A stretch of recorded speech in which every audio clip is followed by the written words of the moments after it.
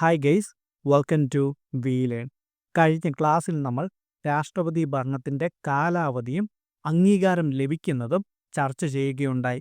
ഇന്ന് നമ്മൾ പഠിക്കുവാനായി പോകുന്നത് രാഷ്ട്രപതി ഭരണം പ്രഖ്യാപിക്കുമ്പോൾ ഉണ്ടാകുന്ന കോൺസിക്വൻസസ് അല്ലെങ്കിൽ പ്രത്യാഘാതങ്ങളെക്കുറിച്ചാണ്.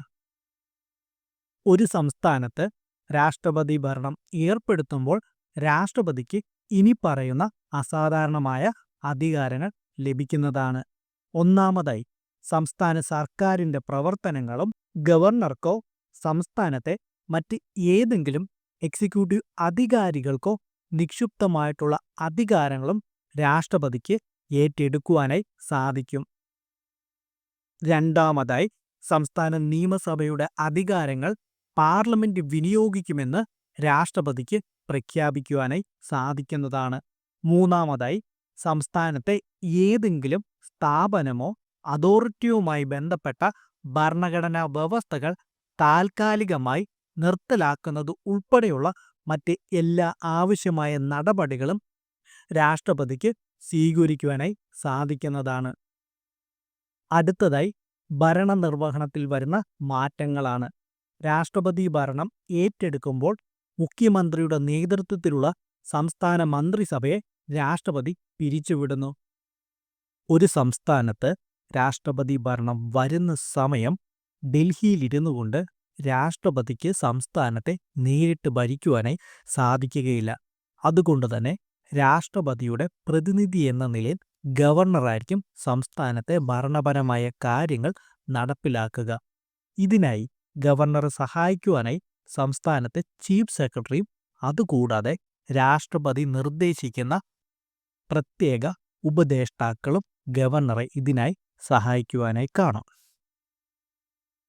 ഇവിടെ രാഷ്ട്രപതിക്ക് സംസ്ഥാന നിയമസഭയെ ഒന്നല്ലെങ്കിൽ സസ്പെൻഡ് ചെയ്യുവാനായി സാധിക്കും, അതല്ലെങ്കിൽ പിരിച്ച് വിടുവാനായി സാധിക്കും. ഈ സമയത്ത് സംസ്ഥാനത്തിനു വേണ്ടിയുള്ള നിയമനിർമ്മാണ ബില്ലുകളും സംസ്ഥാന ബഡ്ജറ്റും പാസാക്കുന്നത് പാർലമെന്റായിരിക്കും. രണ്ടാമതായി, പാർലമെന്റിനോ അതുമല്ലെങ്കിൽ നിയമനിർമ്മാണ അധികാരം കൈമാറ്റം ചെയ്യപ്പെട്ടാൽ രാഷ്ട്രപതിക്കോ മറ്റ് അധികാരികൾക്കോ സംസ്ഥാനത്തിനു വേണ്ടി നിയമങ്ങൾ നിർമ്മിക്കുമ്പോൾ ആ നിയമങ്ങൾ നടപ്പിലാക്കുവാനായി കേന്ദ്ര സർക്കാരിനോ അതിൻ്റെ ഉദ്യോഗസ്ഥർക്കോ അതോറിറ്റികൾക്കോ പ്രത്യേക അധികാരങ്ങളും ചുമതലകളും നൽകുവാനായി സാധിക്കുന്നതാണ്. മൂന്നാമതായി, ലോകസഭ സമ്മേളിക്കാത്ത സമയങ്ങളിൽ സംസ്ഥാനത്തിൻ്റെ സാമ്പത്തിക ആവശ്യങ്ങൾക്കായി പാർലമെന്റ് അംഗീകാരം നൽകുന്നതിനു മുൻപ് തന്നെ സംസ്ഥാനത്തെ കൺസോളിഡേറ്റഡ് ഫണ്ടിൽ നിന്നും പണം ചിലവഴിക്കുവാനായി രാഷ്ട്രപതിക്ക് അംഗീകാരം നൽകുന്നതാണ്. നാലാമതായി, പാർലമെന്റ് സമ്മേളിക്കാത്ത സമയങ്ങളിൽ സംസ്ഥാനത്തിൻ്റെ ഭരണത്തിന് ആവശ്യമായ ഓർഡിനൻസുകൾ പുറപ്പെടുവിപ്പിക്കുവാനായി, അതായത് താൽക്കാലിക നിയമങ്ങൾ പുറപ്പെടുവിപ്പിക്കുവാനായി രാഷ്ട്രപതിക്ക് സാധിക്കുന്നതായിരിക്കും. അങ്ങനെ കാലം മുന്നോട്ട് പോകുകയും അടിയന്തരാവസ്ഥ കഴിയുന്ന സാഹചര്യം വന്നെത്തിച്ചേരുകയാണെങ്കിൽ പാർലമെന്റോ രാഷ്ട്രപതിയോ അതുമല്ലെങ്കിൽ മറ്റ് അധികാരികൾ നിർമ്മിക്കുന്ന നിയമങ്ങൾ രാഷ്ട്രപതി ഭരണം അവസാനിച്ച ശേഷവും പ്രാബല്യത്തിൽ തുടരുന്നതായിരിക്കും. അതായത് അടിയന്തരാവസ്ഥയുടെ കാലാവധി അവസാനിക്കുന്നതിനനുസരിച്ച് ഈ നിയമങ്ങളുടെ പ്രാബല്യം അവസാനിക്കുന്നില്ല എന്ന് ചുരുക്കം. എങ്കിലും ഈ നിയമങ്ങൾ സംസ്ഥാന നിയമസഭയ്ക്ക് പിന്നീട് റദ്ദാക്കുവാനോ ഭേദഗതി ചെയ്യുവാനോ വീണ്ടും നിയമമാക്കുവാനോ സാധിക്കുന്നതുമായിരിക്കും. അടുത്തതായുള്ളതാണ് ഹൈക്കോടതിയുടെ അധികാരം. ഇവിടെ നമ്മൾ ശ്രദ്ധിക്കേണ്ട ഒരു പ്രധാന കാര്യമുണ്ട്.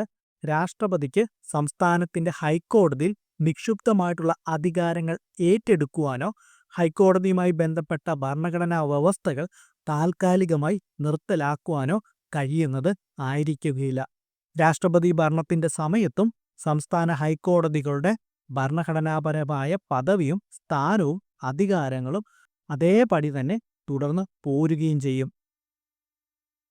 അപ്പോൾ രാഷ്ട്രപതി ഭരണത്തിൻ്റെ കോൺസിക്വൻസസിനെ കുറിച്ചുള്ള ഈ വീഡിയോ ഇവിടെ അവസാനിക്കുകയാണ്. സോ വീഡിയോ കൺക്ലൂഡ് ചെയ്യുന്നതിന് മുമ്പായി നമ്മുടേത് വളരെ ചെറിയൊരു ചാനലാണ്. നിങ്ങളുടെയൊക്കെ സപ്പോർട്ട് ഉണ്ടെങ്കിൽ മാത്രമേ മുൻപോട്ട് പോകുവാനായി സാധിക്കുകയുള്ളൂ.